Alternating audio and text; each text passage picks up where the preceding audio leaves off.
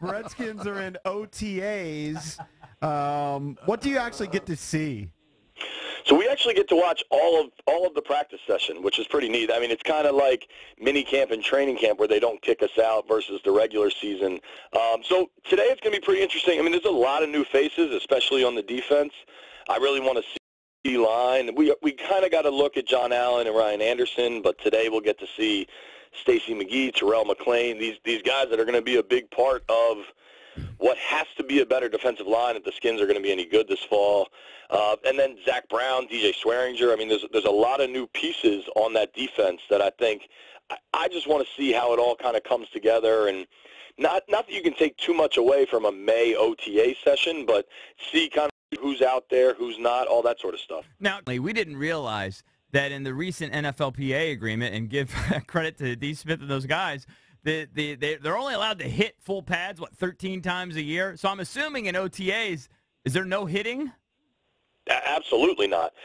This team barely hit at all last year, all year. I mean, they never had a tackle-to-the-ground drill. So Jay Gruden is a player's coach in that regard. He does not buy into these guys need to be hitting to be ready for Sundays, and they won't be hitting at all. Now, what you always see in these kind of drills is that when two bottom-of-the-roster guys, two of the, there's going to be way more guys out there today than will possibly make the actual 53-man roster. Right. Sometimes they'll get a little tangled up and fall to the ground, and the coaches will say nobody on the ground, but I don't expect Terrell Pryor to take a shot over the middle or anything. Right. It's just crazy. I don't know how they do it. So how many different starters do you think we're going to see on the defensive side of the ball? I'm counting possibly 5, maybe 6.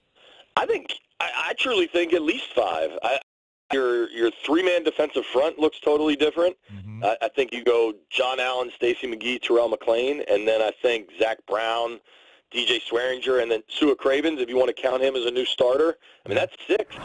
Yeah. I think it's pretty easy to get there, and who knows if Ryan Anderson or maybe Junior Gillette, if he stays healthy. I mean, who knows what happens on the other outside linebacker spot pushing Preston Smith.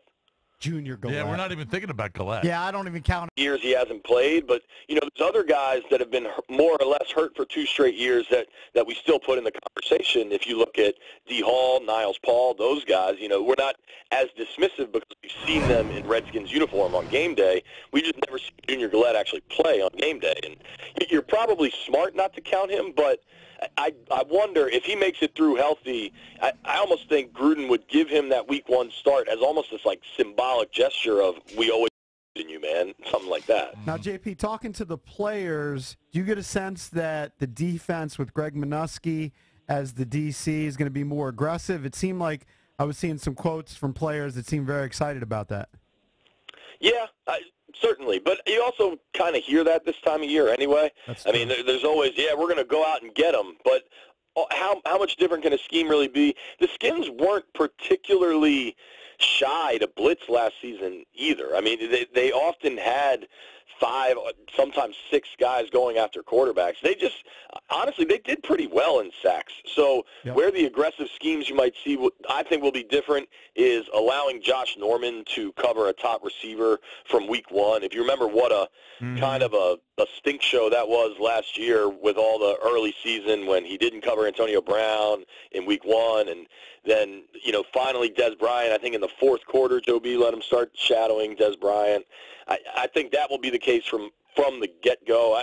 I think what they really want is better communication. The secondary often looked confused, and I think that was some part of Perry Fuel's scheme. And what a number of players told me last season, especially in the secondary, is they would practice a concept Wednesday, Thursday, Friday, and really be zeroed in on something, and then not do it on Sunday. And that's what players just couldn't get. That doesn't make any sense. Tell us about the running back. Was it Perrine? Is that how you say his name? Perine. Everybody seems to be super excited about him. He's a truck, man. There's a lot to be excited about. Yeah, I mean, like Jason said, he's a big guy. He tested out as the strongest running back at the combine. He put up 225 30 times. Oh my gosh. I mean, that's a monster number for a running back. He had 49 touchdowns in 3 seasons at Oklahoma. And he runs angry, JP. He's just an and gets low and will lower his shoulder. I mean, he's something this team definitely needs, especially considering how bad they were in the red zone and short yardage last season. A lot of folks seem to think he's going to knock Rob Kelly out of the starting job right away. I'm not as confident there. And there's one big thing I would point to. A lot of people want to blame the fumbles on Matt Jones' decline, and that was certainly part of it.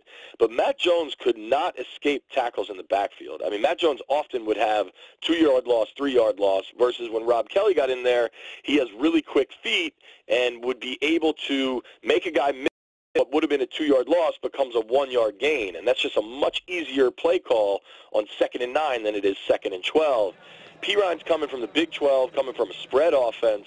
He's not used to guys at his feet in the backfield. And if he has that skill right away, then he'll really be able to push Rob. But Rob, that's probably one of Kelly's best skills that we saw last year as a Redskin, and I think that's still going to really matter for Jay Gruden.